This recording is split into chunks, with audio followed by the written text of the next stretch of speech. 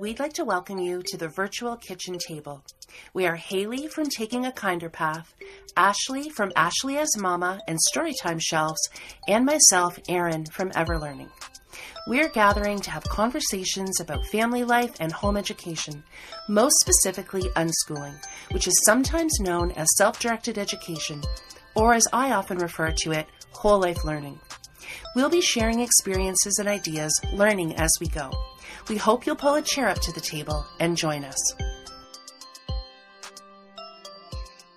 Hi, Ashley. Hi, Haley. Hello. How are you today? Good, thank you. It's good to see you.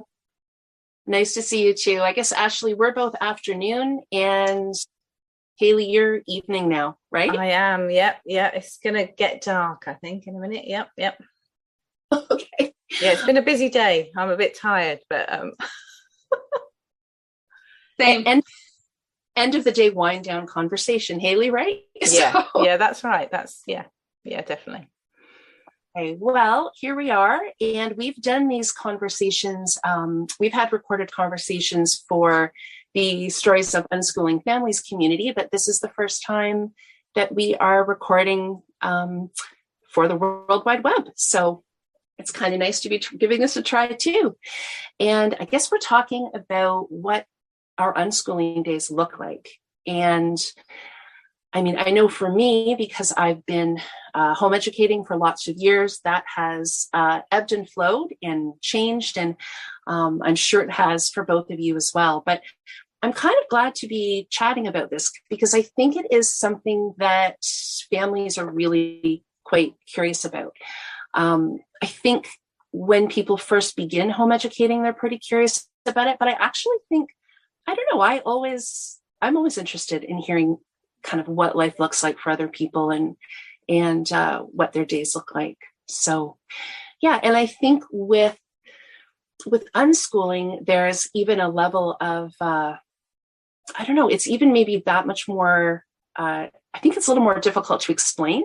So I'm sure it's a little more, people are curious too, like what can that look like outside of maybe the clearer structure that they know from school or might imagine from a more structured homeschooling.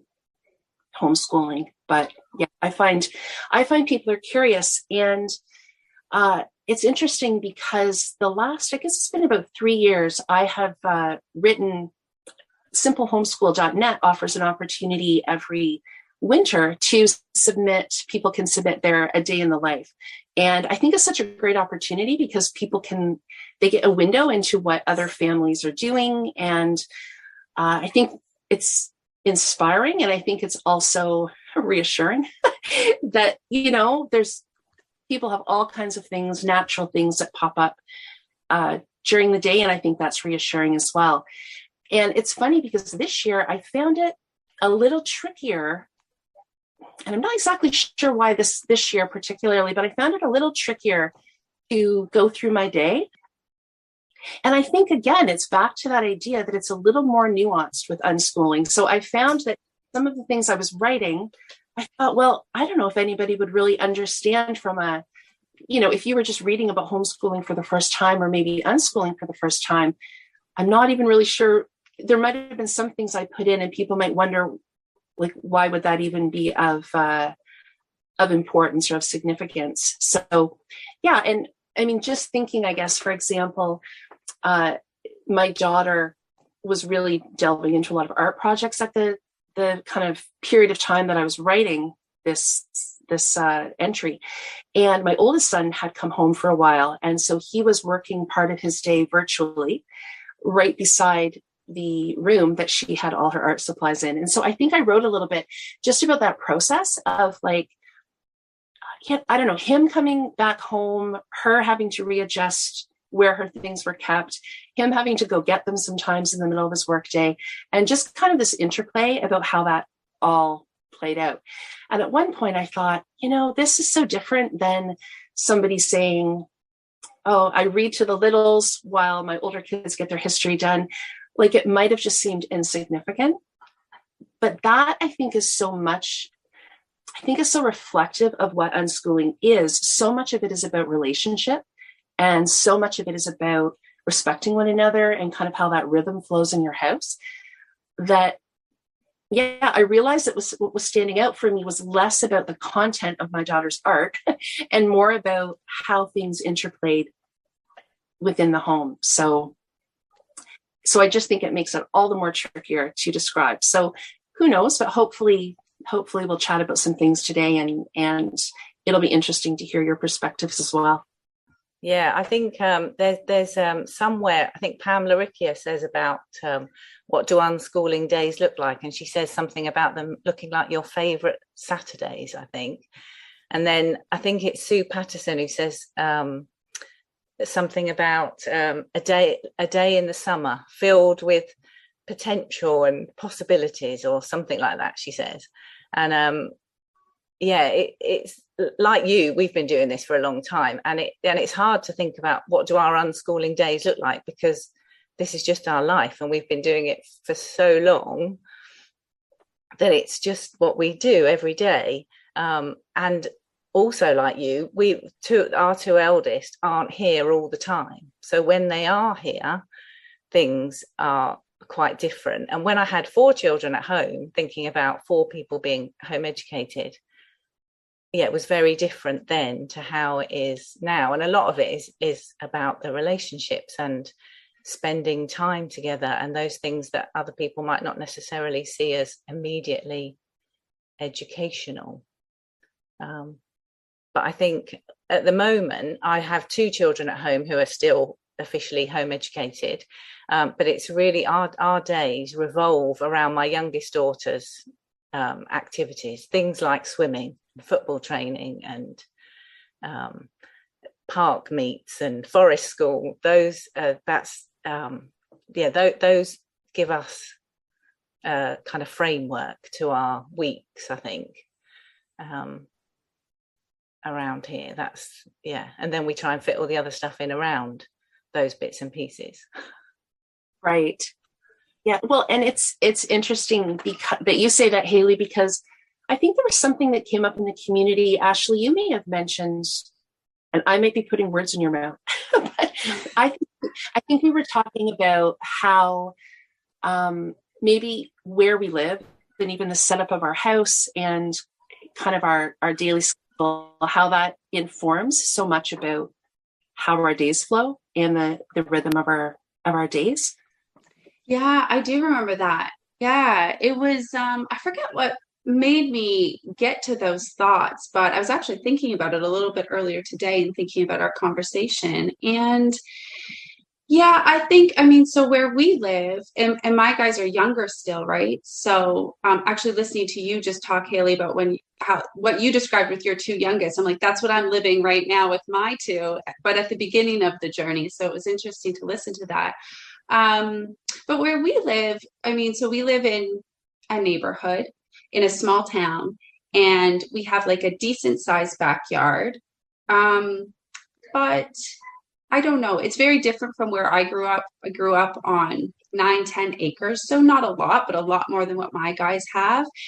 So I often find that I'm planning at least a couple times a week where we get in the vehicle and we go somewhere to make sure that when we do go outside, we feel like we're getting enough of the outside time that we each want or need. Whereas I think often, if we lived out more in the country where we had more property to just roam and get kind of further away, because that's what we do when we go outside. Lots of times we'll be outside on a trail or a beach, and sometimes we're with one another, but often we're together but spread out. Someone goes and explores over there and someone goes that way, someone speeds up, someone falls behind. So I mean, that's another whole thing aside, but I find when we get in the vehicle, we go somewhere like that, we go to a bigger place to explore, we spend more time outside.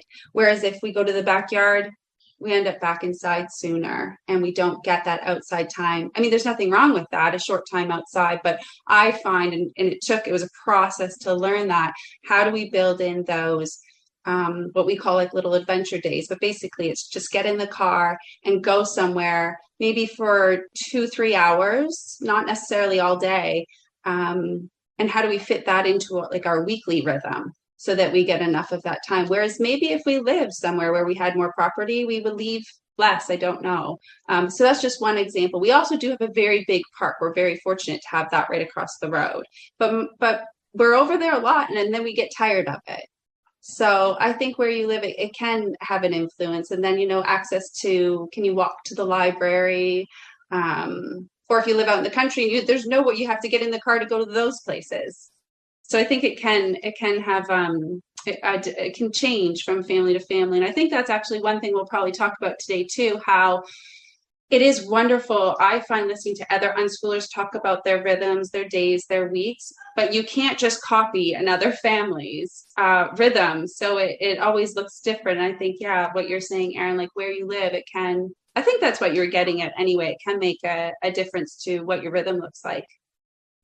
Yeah, no, that's exactly what I was referring to. And I can't remember either what the conversation that started it, but I just remember thinking that just really made sense to me. And I'm thinking now, back to the conversation about the art supplies, that really relates because we live in a relatively, we have a good sized backyard as well, but our actual house is fairly small for the number of people often here.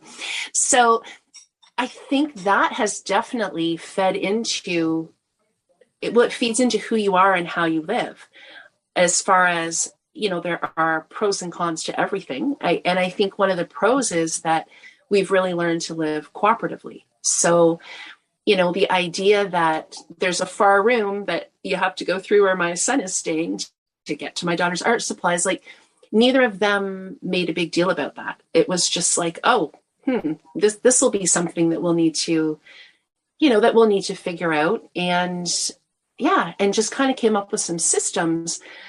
But those systems do feed into the rhythm of the day, just as far as maybe her checking with him, maybe her making sure that she's got her supplies for the day before he is suddenly with online clients, and it may be not as easy for her to get through the space. And I also think it's just fed into, he's learned a little bit more about art, that's for sure, because, he would come upstairs with whatever thinking, oh, I've got what's needed. And she'd be like, no, not the watercolor markers. The water. So, there was a lot of back and forth. And then that kind of fed into a bit more relationship too, because they kind of had this fun connection around kind of her work, her projects and his work. And they needed to really collaborate to make both of those things work for themselves. I grew up in quite a big farmhouse and a smaller number of people in it. So that's not something that I would have had to navigate, which is fine too. It shifts your day. And all those pieces, I think, in the rhythm of it. So. Yeah, that's interesting. When I was thinking about what do our unschooling days look like, the first thing that came to mind was that thing about it all revolving around activities. But the second thing was about the fact that it's if we have a day where we're not going anywhere, or there are large parts of the day that are free to us, it often, our mornings will often start with whoever's around having breakfast together, and then thinking, right, what do you fancy? What do what have you got planned? What, there's a conversation about, does anybody want to walk the dog, and does anybody else want to come with them? And does somebody want to watch something or listen to something? Or my daughter's a drummer, so if she's going to practice drumming, she'll be, talking to somebody else about whether they're going to be, online doing something, and so they'll need quiet. Or and it's very much that ongoing conversation of shall we do this together? Or there's a lot of things that happen in pairs or threes or all of us. And then there's those kind of project time where people are working on their own individual things, and and then there's negotiation about if somebody wants to use the dining room and they're going to use all of the table, then there'll be conversations about those kinds of things as well. So it's is that ongoing conversation and discussion about what everybody else is up to. And there's a lot of consideration about sort of paying attention to everybody else's needs and what they're going to do as well, which is a really nice thing to see. And so the days can be so different. Yeah, who knows who's going to wake up inspired to do something one day. Oh, I love that, Haley, and it reminds me of I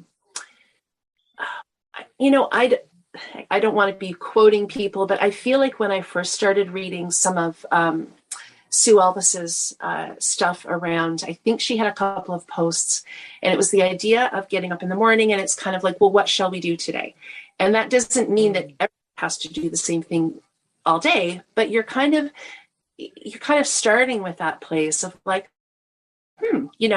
what do we want to do together? What do we want to do individually? And that really helped frame for me, I think, because there's this idea that it's just a free-for-all, and it's very, very, very individualized, right? So it's just this idea of letting everybody do what they want. And that's kind of there, but you come to that really as a result. I don't think you begin there. And so it's just interesting to me to hear that similar for you, Haley, because that was always how it was for us too. It's kind of like, what do we want to do today? And sometimes it's like, what do we have to do today, right? There might be things in the house that have to get done, or library books that need to get back, or doctor's appointments. And then you kind of have those touch points, those anchoring points that other things can flow around. But yeah, I like that way of looking at it, that it's not that you can't do your own thing, but there's a connectedness in figuring out even the space and the time and maybe the materials, right? If people are sharing an iPad or whatever, you're figuring that out for the day together, which I really like. And I think a lot of people maybe don't understand that piece of it, that relationship piece of it. Yeah, I think it's like what you were saying, Erin. It's letting everyone do what they're interested in that day or what they need to do to have their needs met, but learning how to do that together. And it's funny because as you're both talking, I'm thinking about, this is why I feel so tired by like 2:00 in the afternoon, because mine are 8 and 6 years old, and I'm still very much involved in all of that with them and helping. I'm learning because it's only been a couple of years that we've really been doing it this way. But I mean, I guess we did this before school age too, although the needs were very different when they were that little. But it's a lot of conversation. It's a lot of me learning about, okay, what are each of their needs? What are my needs?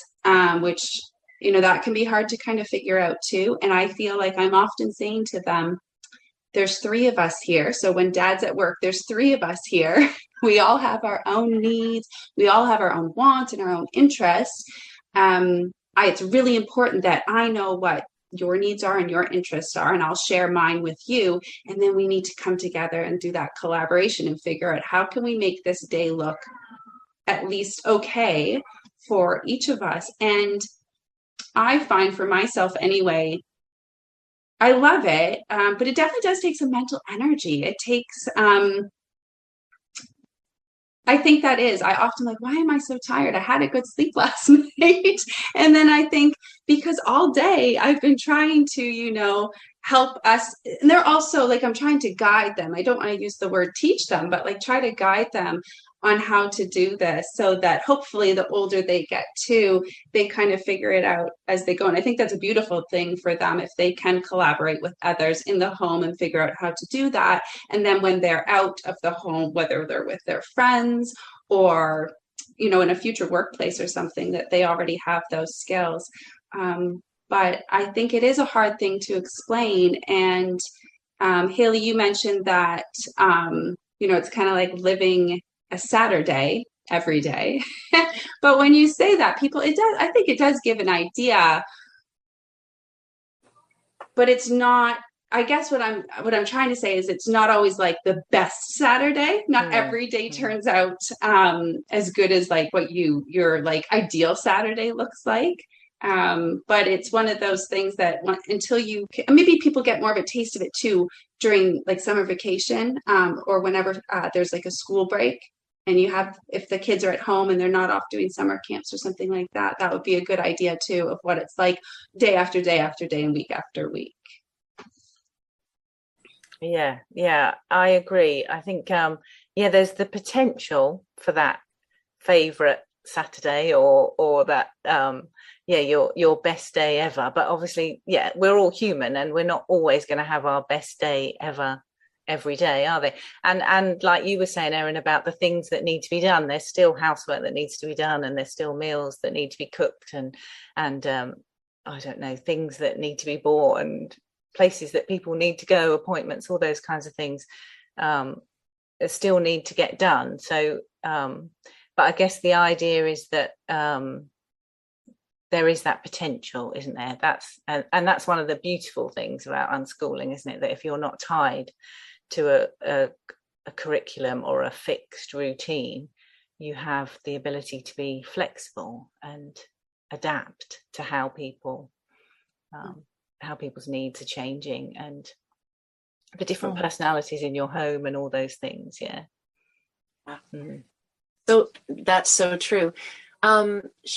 Should we do a little bit of a go through about, I mean, we all have slightly different ages. Well, Haley, you've got a little bit on both ends, because you've got older, you have a younger daughter. Yeah. And then Ashley, you've got younger and I've got older. Would that be, I don't know, maybe useful, kind of go through a little bit around what a day in the life would look like? I'll go first. It was actually really interesting to spend the time to write it down, because we don't, I might jot down a few to-dos I have to do or something before the day, but I don't usually write down what our days look like. So that was interesting to see. But one thing, and I think that might be common with some unschoolers anyway, is we have slow mornings around here. So a big thing that we have really enjoyed about unschooling is that it gives us the opportunity to slow down, which I just think there's so many benefits to. And it doesn't mean we don't have days that are busy, but we really try hard for quite a while now. I don't know how long we've been doing it. I mean, at least a year, if not longer, to have slow starts to our morning. I used to be like, oh yeah, we'll go meet you at the park at 9:00. I don't make that mistake anymore. We don't need to rush around unless it's a dentist appointment. But even those, usually I can just schedule later in the day. So we have slow mornings. Usually right now with both of them, we'll start, especially if me and one other one are still sleeping, they'll start with a little bit of screen time. That's when they like to ease into the day with maybe some shows or whatever they're into for that. And then I can wake up and have my coffee and just not feel rushed. So we start with a slow morning, and then usually we come together at breakfast. Not always, but I find our meal points is when we come together, and breakfast just happens when, like, not at a certain time, but when either I have the energy to get up from my seat and start making breakfast and then call them over, or if they let me know that they can't wait anymore and they're hungry. So we come together for breakfast. And then most days I would say we get like day ready.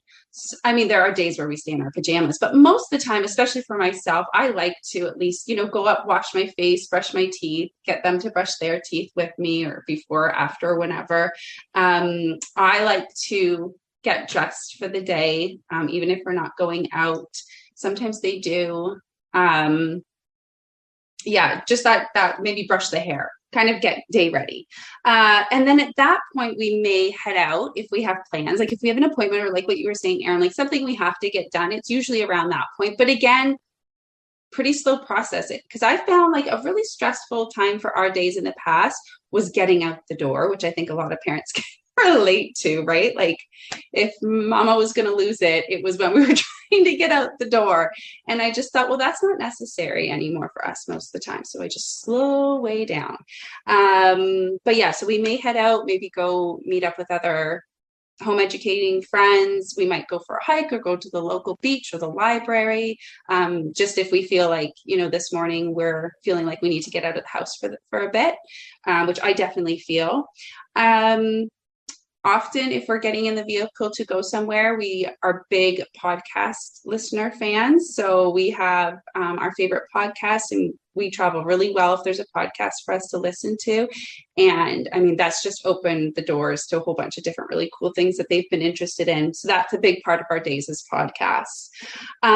If staying home, so if we don't leave that day, we at that point it's just kind of it's open, so it's that what do you feel like doing today, and they might just pick up with something that they were doing the day before or a couple days before, or they might, I find my guys ask me a lot of questions, so it's maybe me sitting down with them and giving them that time to Google this and Google that and look up different things that they have questions about, or they might just spend time on things that they're interested in if they don't feel like, because mine are still so young, they're pretty content just playing either together or separately. So this could be like independent time. Often it's together still.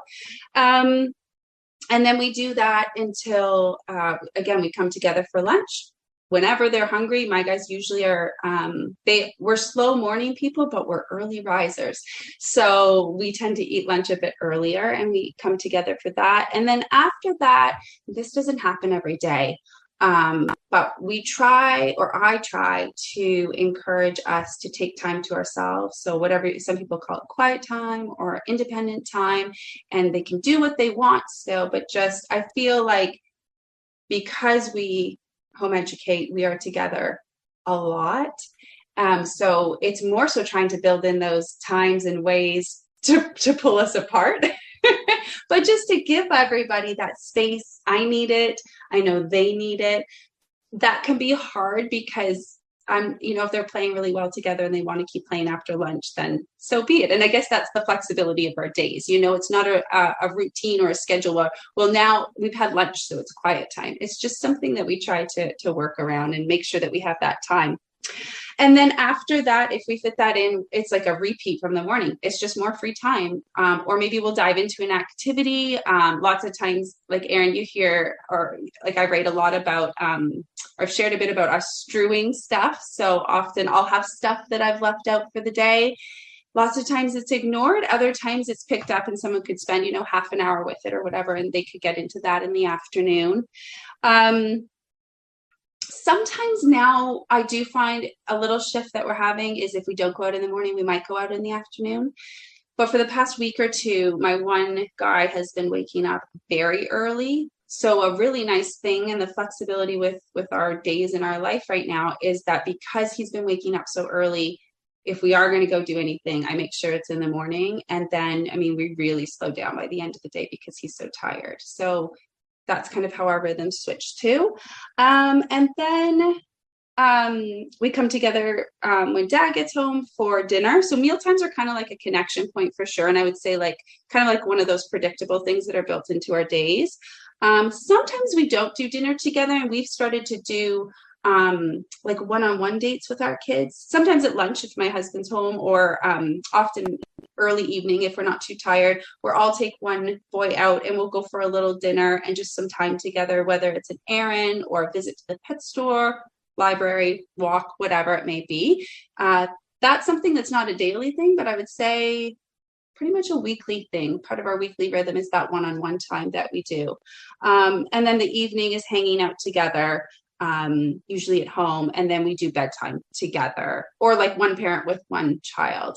And then the only other thing I think I really wanted to point out about our daily rhythm is another like touch point or like coming together time is we do a lot of reading together. So I do a lot of read alouds. Some days I don't read to them during the day, but most days I find, especially if they're more tired, or, maybe we haven't left the house and we were just spending the day at home, I find we need to come together a little bit more often to just like calm down and listen we always have a book on the go, or maybe more than one book. But if we don't do that, it's always reading together at bedtime. So that's another kind of, I guess, consistent, predictable piece of our days. Yeah. So every day looks different, but that's kind of like a general kind of what it looks like. I love that. Okay, good. I feel like there are a couple of things I'm like, I'd like to take notes about that because it would bring up thoughts for later. But yeah, I mean, it's all so interesting, Ashley. The individual time, I think, is one of the things that really popped up for me, because I hadn't thought about that before. But you're right, that is such an important, for us, it has been anyway, part of the kind of rhythm of the day as well, is that finding those times to just connect with one child at a time. And maybe it's even sometimes the kids just connecting, or I don't know, just finding time to kind of foster those individual relationships.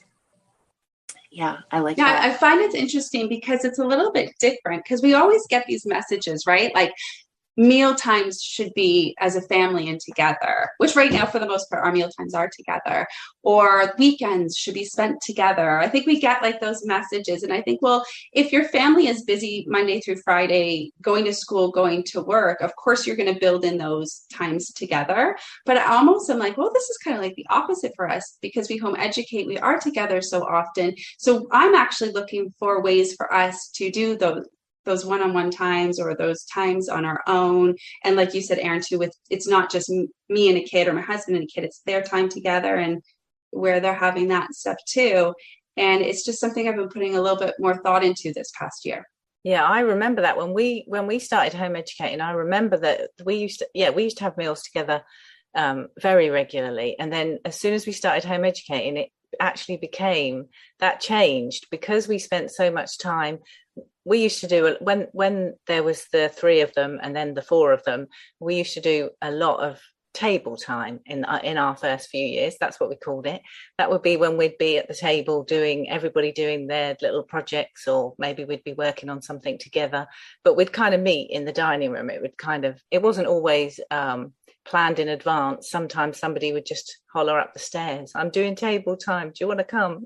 And then people would. And I think it was around that time that we suddenly thought, we're sitting at this dining room table together a lot of the day anyway, so those meal times together stopped being so important. I think they've become more important again more recently, because of the fact that my two eldest aren't always here, so when they are here, it's really nice to be all together.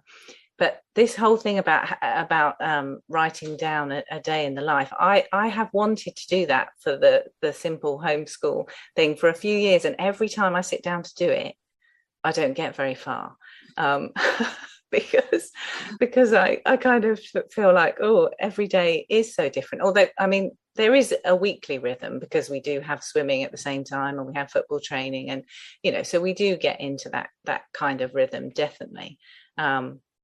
And there are times when I've sat down where we've had some kind of afternoon where I've just thought, oh, I really want to record that, because so many amazing things happen, or it was such a great conversation that sparked off so many different learning points. And I have, then gone off and recorded those in detail.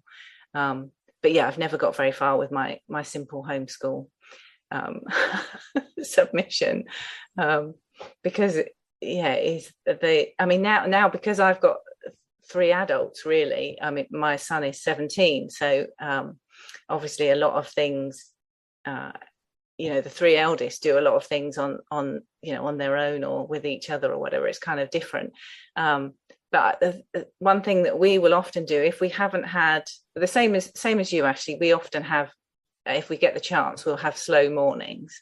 And that's when we'll have those conversations about things like, we've got two laptops between us, and one telly in our house, and one Xbox. And so if people want to watch something, or they want to play games or whatever, that there'll be that kind of negotiation of, oh, I've arranged to play with friends at this time, can I have the Xbox then?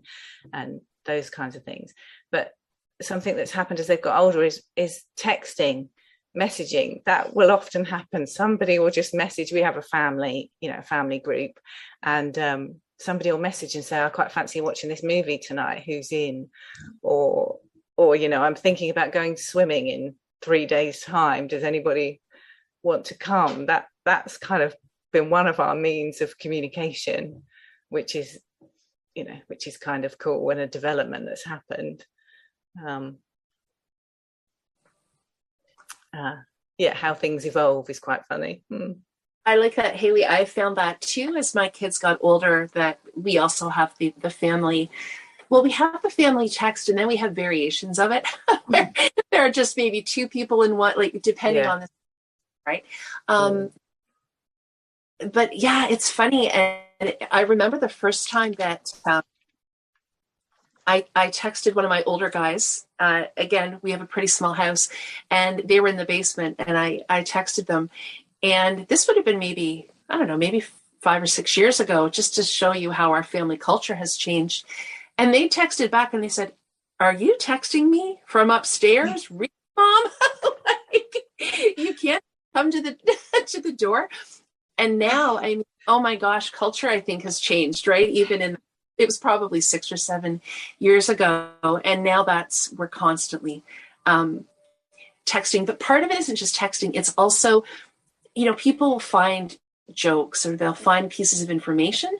And so it's kind of like stirring for one another too, where you'll see something and you'll think, oh, so and so would find this so funny. And it's a little bit more than just, are you ready to come up for supper? It's like, it's a whole kind of line of communication. But no, I find the same thing, that there's a lot of, whether it's space, whether it's, use of something, or just invitation to do something. We do a lot of that communicating as well. Yeah.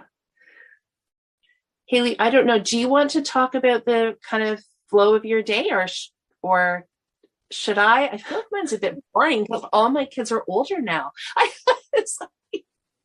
Yeah, I feel like it just, it changes so much, which I guess we do have meal times are one of those anchors, definitely.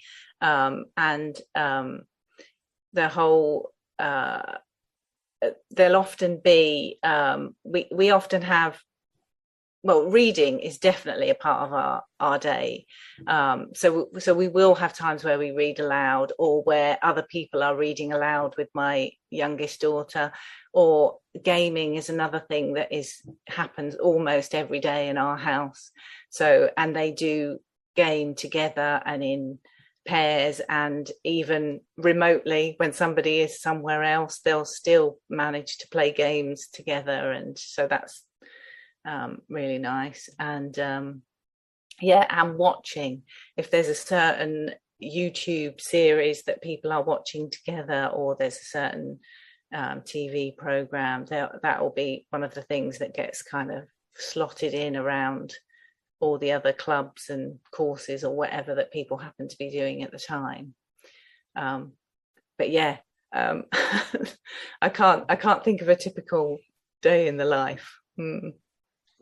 It's hard. And I think when you're talking about the slotting thing, like, again, it's interesting if you break it down, just how much time management probably is involved that we're not even thinking about.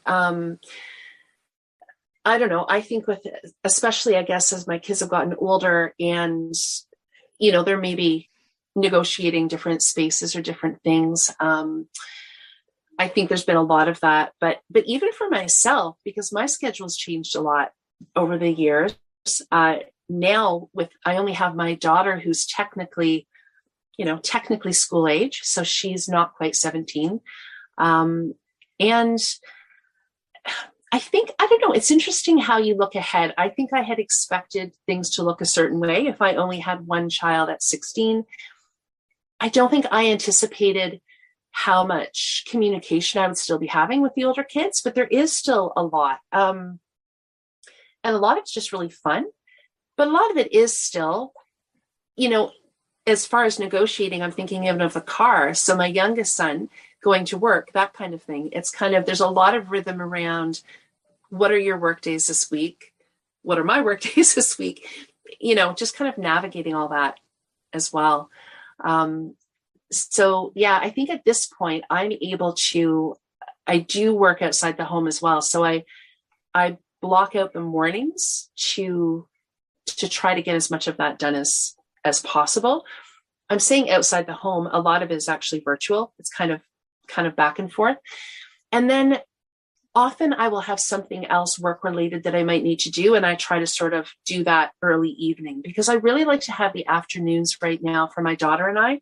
I don't know. I feel maybe with her having been the youngest, and before COVID, she was really busy. Like she was involved in choir and ballet and art classes, and it was all really good. But I realized now, I realized not too far into the pandemic how busy actually we were and how much on the go we were. And so it's actually really nice to have a chunk of time that we're together and we're kind of exploring stuff and doing things together. So sometimes sometimes she's just doing her own thing, but it's having that chunk of time that I'm available. I think especially as she's kind of deciding, keeping her options open. So working on both a portfolio, as well as putting some things together as far as a transcript. So again, it's a nice age for me to kind of block that time off, and we can plug away at some different things, whether that's formal things or whether those are her own projects. And then we're kind of a late night family. So if I zip out and do something work related, if I'm back by, like 8:30, for us, that still gives us hours. So that's like, if we want to watch a movie or whatever, it still gives us lots of time. And for us, again, it's more people in and out. 2 or 3 people might watch a show together. Someone usually comes by with some kind of joke or something, and somebody might make a snack, and it's very, it's just kind of fluid. But we all are, none of us are early to bed people. Like even my one son, who often has to be at work for 6 a.m., he still doesn't go to bed early. It's just, so for us, I don't know. I feel like it's been a little different maybe in the last year, but I've been a little bit more intentional about blocking my work. Whereas I think in other years it flowed in and out a little bit more. But yeah, again, it's another example, I think, of how things changed over the years, with so many factors, right? But seems to be what's working right now. I just wanted the whole idea of early mornings. I just wanted to say it because you both mentioned slow mornings, and I love that. And I think we went through a period of time where it worked better for us not to have slow mornings. Like it worked better for us to be out, and I just think there were a couple of personalities in our house that it was just good to get up and get going, and it just worked better if they were out and socializing and doing stuff. But for the most part, I also prefer a slow start. And I think the concern that some people have is, but that's not real life. You can't always have a slow start. How will they learn to get up and kind of get going and get into the day? And yeah, I just haven't found that to be a big issue at all. And I hear that repeatedly from people, whether it's unschoolers or homeschoolers that do have a slower start. It doesn't play out to be a problem later on. I don't know, Haley, have you had that experience with your older kids? Like, no, in fact, my eldest girls now are very into getting up early in the morning. I get up early and I do some work before my other 2 come down. And my son is 17, and he will often lay in. But the girls definitely now will really like to get up. I mean, we're all very interested in kind of organization, productivity, motivation. I think we're all often exploring those kinds of things and thinking, right, these are the kinds of things we would like to do. How are we going to organize our lives so that we can do these things? What systems can we put in place, and how can we help each other to remember? And we're big into lists around here. We do kind of think on a weekly basis. It's fairly casual, but we do often think, right, what are the types of things that we would like to achieve this week? Kind of how many times do we want to do certain things? Like if somebody's working on a particular project, maybe, I don't know, my daughter might be, say, you know, sewing something for somebody's birthday, or my son does a lot of modeling, so he's got a particular model that he wants to get finished. They will we have these kind of weekly checklists that we'll make, which is often very, very simple. So it will be things like the project that they want to do, and then a few squares about how many times they would like to do that thing during the week. And that's worked really nicely. We don't do it every week, but we often do it. And it's just a way of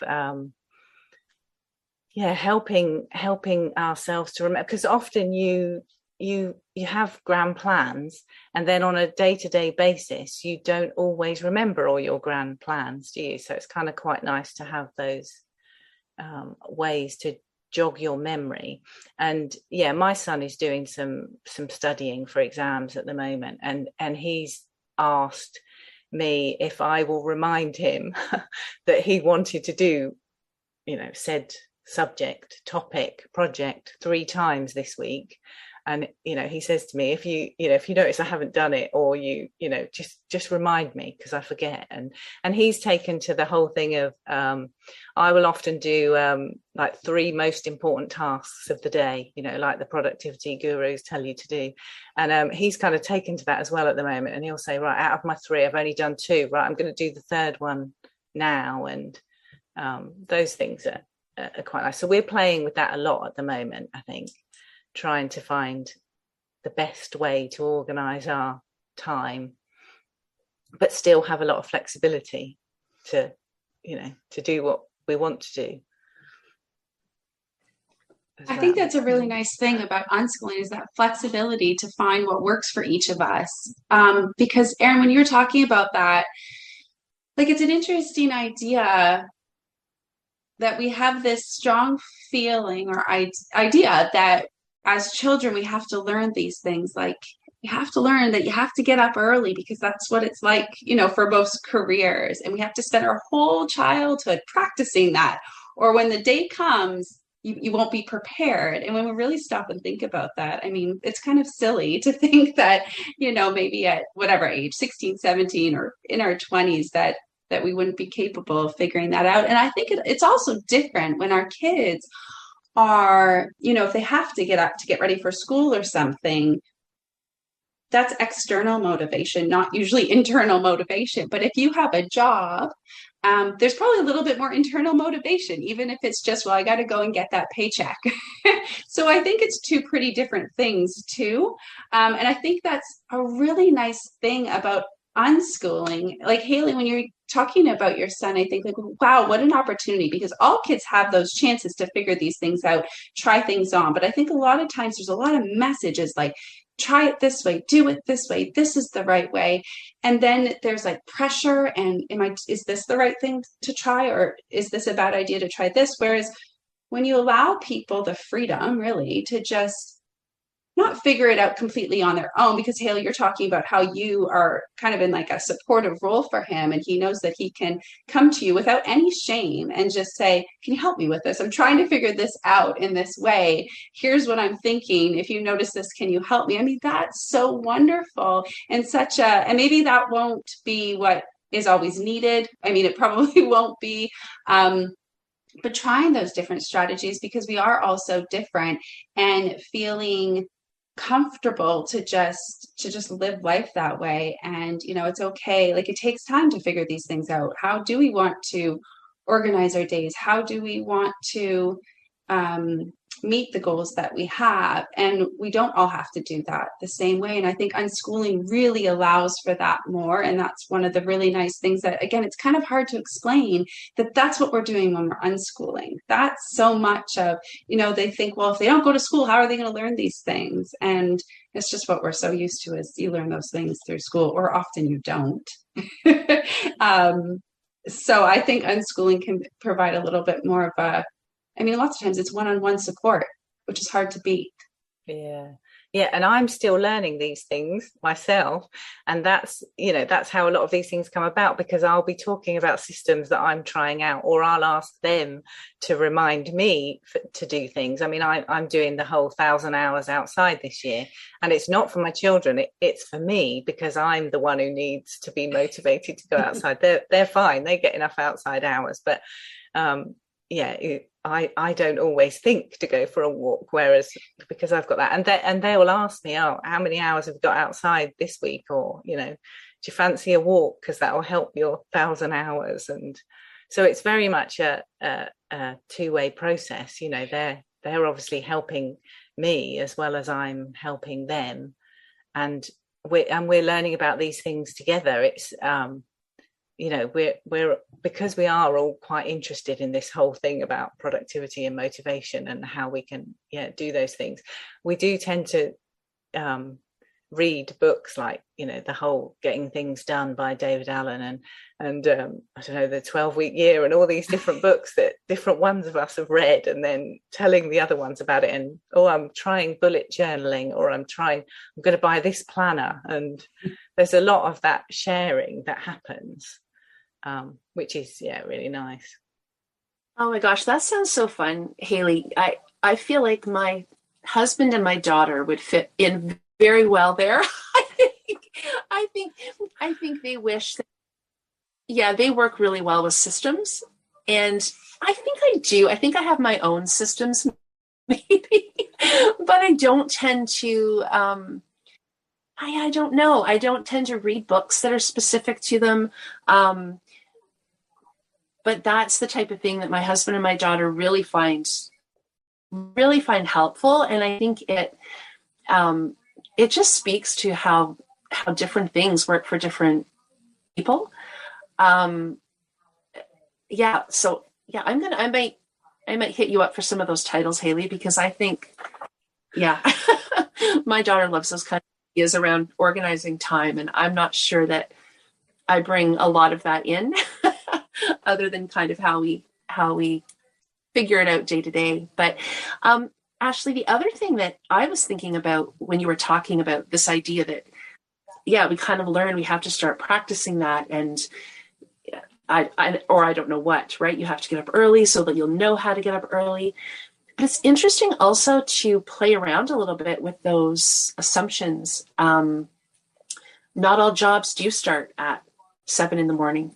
And do we have to live a life where it's always about what we have to do? Or do we get some choice in what we choose for a job? Or,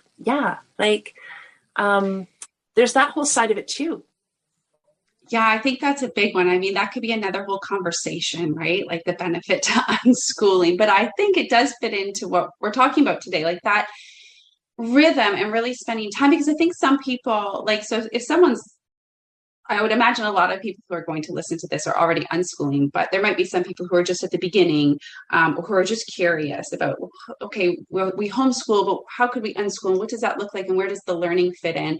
And I think this is a big part of it, is this, our days and our weeks are open so that we can be flexible to each live our days in a way that meets our needs. And they're guided's not really the word I'm looking for, but it's so interest led. So I'm not setting up activities based on animals or Pokemon, because that's what my kids are into. I mean, every once in a while, maybe, but that's not what I mean when interest led. It's that when you're interested in something, there's that internal motivation. And when you have the freedom to spend your day diving into that in whatever way you're interested in, there's that internal motivation to just go with it. And then within that, you learn all the things that work for you and what doesn't work for you. And I think it does, I don't know, I hope when my kids grow up, if we're able to continue unschooling, that they do look for a job that works for them, whatever profession or career that they are into. It's more so about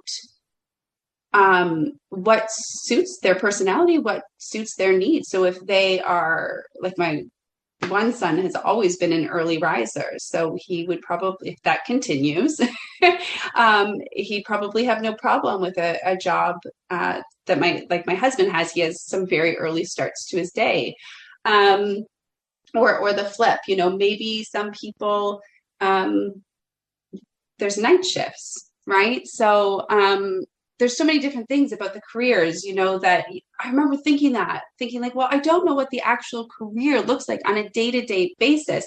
And how do you decide that that's the route you want to go if you don't know if it would allow you to have days that you like? And I think unschooling really allows you to figure that out as you go. And it's a process and things change. But for the most part, I think, you are who you are. And unschooling just gives you that freedom pretty much on a daily basis to learn more about yourself, so that hopefully when you're an adult, you don't feel the pressure to do certain things a certain way, right? Or that's the way it is and that's how everybody does it, so that's what I have to do.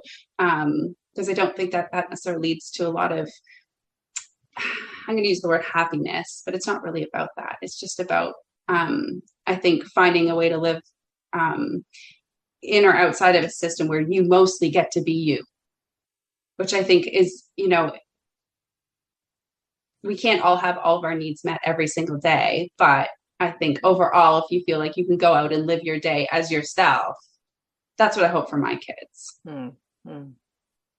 Yeah, I think that learning about yourself is such an important part, isn't it? And that's one of the beauties of unschooling, is having that time to be able to experiment. You don't have to be out of the door every day to get to school at a certain time in the morning.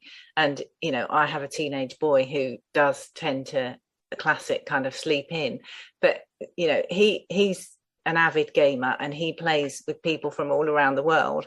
And when there are time zone, certain other people say to him, well, really, I'd like to play it, this time's better for me, he will adapt to that. And and if we're going on a day out all together and and we say to him, we want to, or we're going on holiday, say, and we need to leave at 6 a.m. or whatever, he can do that. It's not that he can't do that, it's just that he's obviously got that flexibility at the moment, and it's just really nice that he can lay in. And but he is, like with my girls, how they've changed and maybe had periods of time where they've liked to lay in, and then now they're very much about trying to get things done so that they can do something else later. And it's just that opportunity to find out what works for you, and having that time and space to actually make those observations and get some greater understanding of how you can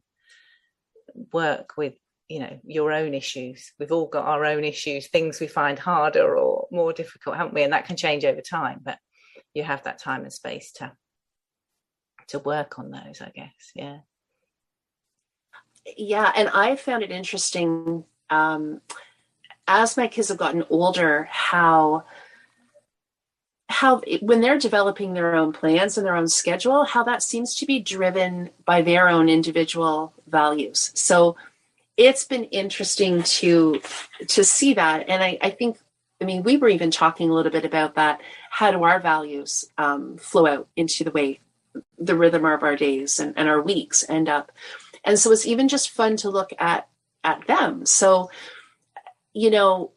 one of my kids who is just really loves to work and be energized and very focused on, making money and saving money and financial plans, the rhythm of their day looks really different from another one who really values having enough time to listen to podcasts and, do certain sports. And so there you see them kind of developing their days in alignment with their values.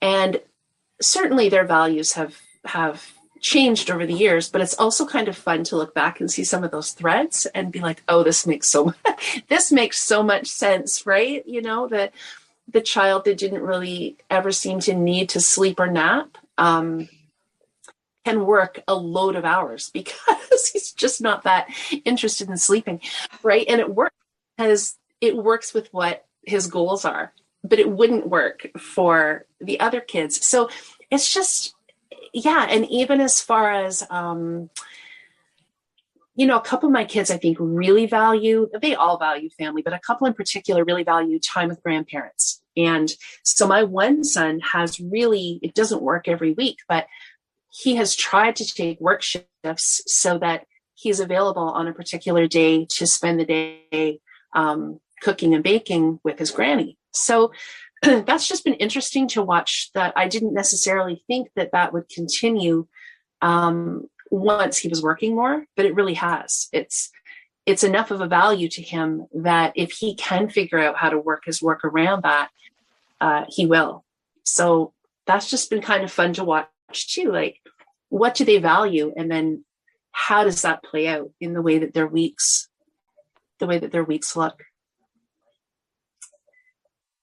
And then I think even in thinking about it from my perspective as a parent, something that came up for me, Ashley, still back to when you were talking about one-to-one time. And I was thinking how I really do value that. Like, I think I value it, and I think the kids have valued it. And so when our rhythm has changed over time, like I'm thinking prior to the pandemic, I was mentioning my daughter was quite busy in quite a few activities.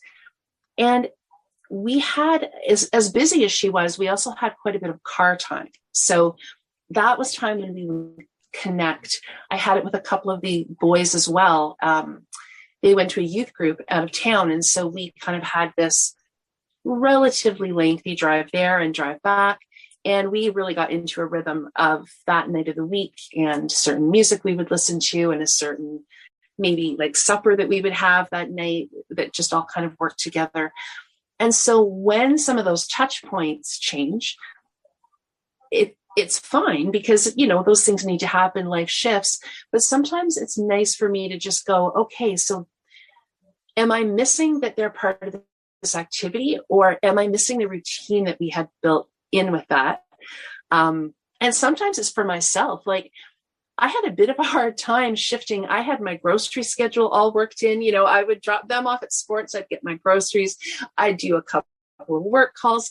And when that shifts, it's like, oh, it's only one activity that's changed. But actually, there's about 5 hours that have just changed, whether it's practical things or whether it's those opportunities for conversation. So yeah, it's just noticing that. And sometimes you can't fully rebuild it. Like, we're not going to pretend to drive somewhere for the sake of it, especially with the price of gas right now. But it's kind of like just noticing, okay, that was a really regular opportunity that we had, A, to hang out, or B, to maybe chat about things that were on their mind. And some kids just chat better kind of side to side in a car. So I haven't even found that I can always recreate it, but it's just an awareness of it, right? It's just kind of like, that wasn't just a shift in activity, but there are other parts of that rhythm that got kind of maybe cut out a little bit as well, or entirely sometimes. So, yeah. Yeah, I've noticed recently that we live in a very rural area, but we have two big cities near us. And over the years, it's kind of, it has changed. There have been times where we've done a lot of home ed activities in the city, and then times where we've done more stuff locally. And we are doing a lot more stuff locally at the moment. So there are shorter drives, which is good for the whole petrol prices and stuff. But what I have noticed recently is that often if there's only me and one other person in the car, we seem to be spending a lot of time outside the house. When we get back, we'll be in the middle of a conversation, and then we'll carry it on. And particularly with my daughter, we'll be talking about what we're going to do when we go back in the house, kind of in the car. Which is really nice, because there is something special about talking in the car. I mean, we also do it, actually. I've noticed that with my son, actually, if we're washing and drying up, we'll often that's kind of that kind of conversation happens. It's that thing about not having eye contact, I suppose, isn't it? You're just focusing on something else, and then the conversation just flows. But yeah, it's funny you say about the car airing, because that's something I've really noticed. And in fact, other people have said, "Oh, weren't you back, 25 minutes ago?" Well, yeah, we were, but we hadn't actually come in the house. Yeah.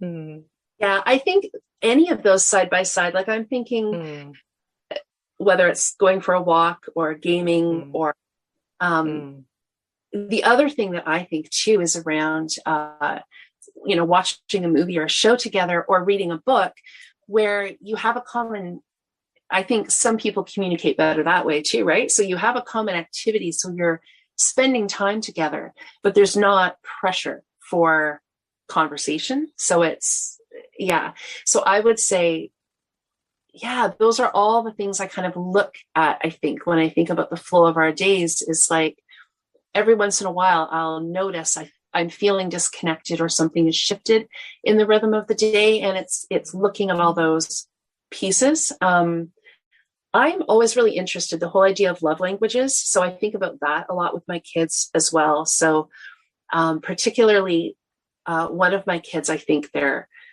primary love language is quality time. And so it's just, I found that when I kind of read about that and figured that out, it really helped me prioritize that as far as wanting to put that into the day. And, but sometimes it works better, again, for that to be, it's quality time, but it's quality time doing something. It's not that they want to sit down and, okay, let's have a conversation tonight. It's not like that. So it works much better to kind of flow that into an activity that's just happening naturally and is kind of fun. Or, even a board game or just something where you're interacting that way. Yeah. This makes me think, oh, sorry, Haley, go ahead. No, you go on. Oh, I was just going to say, it makes me so thankful that learning happens naturally, because I feel like as an unschooler, I don't spend my time planning or worrying about what we're going to learn, because that's just happening through all these things that we're doing. I actually and when I've started recognizing that I was spending time thinking about these things, I thought I would just figure it out and then I wouldn't have to continue thinking about it. But I'm spending my time thinking about our needs and how we make sure those are being met in our days and in our weeks and in our months and in the different seasons, which is so interesting. It's all the things that we're talking about, looking, and it is sometimes like, obviously you live your days and the days go by and the weeks go by, however they do. But then fairly often, for me anyway, still, I stop and I look, and it's not necessarily calendar, it could be, and I just think, okay, what do we need? What are we missing? And I think it's those things, when those things happen to shift, Aaron, and you miss, like, there's like less points of connection and you didn't realize that you were going to lose that when that thing finished. So you think, okay, well, how do we get that back in? Okay, maybe we need to plan for a one-on-one date. Like, I'm spending this is how I plan for it, is taking those times to look at our week ahead. Often that's how I do it, I think, is what does this week look like? And it's not, okay, we're learning about Greek mythology here and we're working on reading here. It's never that. It's okay, this child needs more attention. I haven't spent as much time with them, so I'm going to do that. And I think it's when you're meeting those needs, that's when all that learning happens. I mean, the learning kind of happens anyway, but I find if everybody's feeling better and their needs are met, like they've got their time with their friends often enough, and I guess because mine are young too, I have to plan so much of that for them still. So I think as they get older and they, like kind of what you guys were talking about, they can start planning what their days look like more. I'll be there and I'll be involved, but it won't, maybe, because right now I'm guessing a lot of the time, right? I'm observing, I'm watching, I'm like, they met friends this day, and I have one who needs to play with friends quite often, and another one who needs more time with me, and it's balancing that and trying to fit it all in and not stressing about it on a daily basis, but thinking about it on a weekly and a monthly basis. And we don't always get it right, but it's going back and reevaluating, because things change too. So that's what I spend my time doing. Yeah. I think it's that connection piece is so important, isn't it? And I know, thinking about this whole, how do your values impact on how you organize your days, and the whole weekly planning that we will often do, and thinking about what projects we want to finish, and how many times we're going to go on a particular website or a particular course or something that they might be doing. So many times that changes because we do prioritize connection so much. If somebody says, hey, do you want to watch a movie together, or somebody, they have all these worlds on Minecraft that they play together and in different in different groups, and so if somebody says, do you fancy playing Minecraft now, that will often come above anything else that they might have been planning to do, because those relationships are the thing, I guess, that are so important. And because we're obviously, as they've got older, they are dealing with more outside commitments, or they're not going to be here for a few days or a few weeks. It's it can be so important to just go with that flow. I guess that's why it's hard for me to think, what does a typical day look like? Because quite often those things will just happen, and we'll have this general plan, and then it will pivot because somebody has a great idea about how they're going to spend time with somebody else, and we'll go with that, which is lovely. Just being able to flow in whatever direction seems to fit the people's needs on the day, or how they want to spend their time. Yeah. And this ends part 1 of the conversation, what do our unschooling days look like? We would love if you decide to click on over and listen to part 2. It's a bit shorter and maybe even dives a bit deeper. If you decide not to but want to connect further, Haley can be found on the web and on Instagram at Taking a Kinder Path. I, Erin, can be found at Everlearning, and Ashley can be found on Instagram at Ashley as Mama and Storytime Shelves. We'd be very grateful if you'd share this conversation with anyone you think might appreciate it. Thank you for your time today.